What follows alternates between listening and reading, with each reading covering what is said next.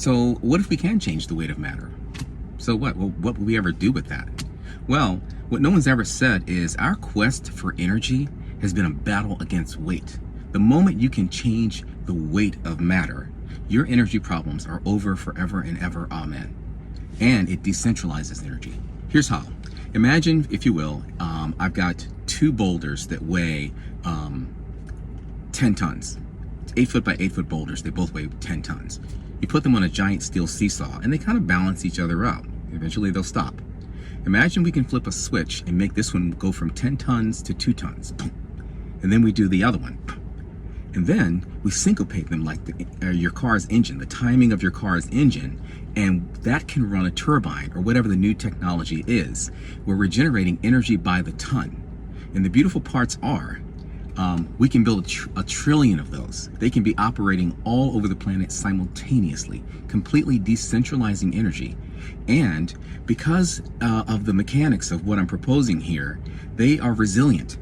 If a terrorist should decide to attack one, what if they blown up some steel and some rocks and some circuitry and mechanisms and whatnot? There's no fallout. There's no danger. So we can set up the most the poorest, most underdeveloped countries with these sort of conveyances. And this is a rudimentary example, by the way. Engineers will do wonders with this.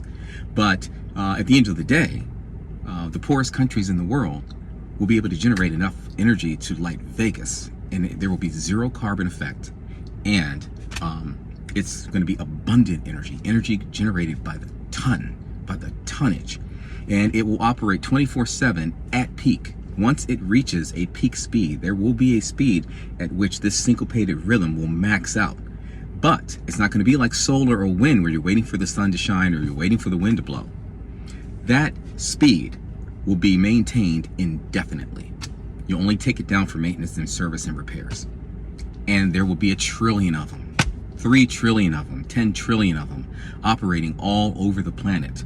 And they need no infrastructure. They would need none. They could operate in the middle of the Sahara, in the Arctic, at the bottom of the ocean, at the top of Everest. Wherever you need energy, we could suddenly have energy available. So let's get into it, because you're going to want to understand. Listen, the universe already does this little trick, and we've overlooked this. So let's get into it. Newton describes gravity as an attraction between matter piece 1 and matter piece 2. This is the sun. He called them M1 and M2. And so he buried the lead, however, right? Because that attraction, in order for anything to experience attraction, you first have to sense what you're attracted to. So that's a signal, and it's signal that is the thing that works its way out in the universe in the exact way that gravity works its way out. If you can simply imagine that this conglomeration of quadrillions and quadrillions of atoms and all of the particles of innumerable count that comprise something like the sun sends out a signal all into the universe, like light sends out a signal from every direction. It goes out into the universe. That signal of unknown nature, right? If you can imagine that matter piece 2 receives that signal and responds with self-motion in the direction of M1. And so this signal coming out from M2 is based on the configuration of density. That's why a planet as tiny as Earth has virtually the same gravity as Saturn, a supergiant planet.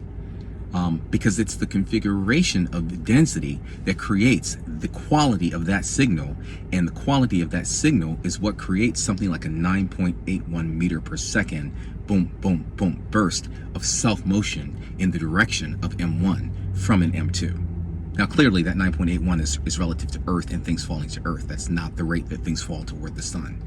But to say that again, a signal from M1 going out into the universe that triggers self-motion in M2, that moves itself in a very customized and bespoke kind of way, because that signal coming from M1 is highly mathematical. So it structures the self-motion already intrinsic in M2, and it moves itself toward M1. Intervals of distance per intervals of time. That's what that 9.81 meters per second square means. 9.81 meters, that's an interval of distance. Per second, that's an interval of time. And so that is how gravity is working its way out. And so what it has is, it has all of the limitations of signal built right into it. It's signal's limitations that are limiting what gravity can do, and why these planets are able to avoid gravity and stay in orbit around the sun and not come crashing into the sun.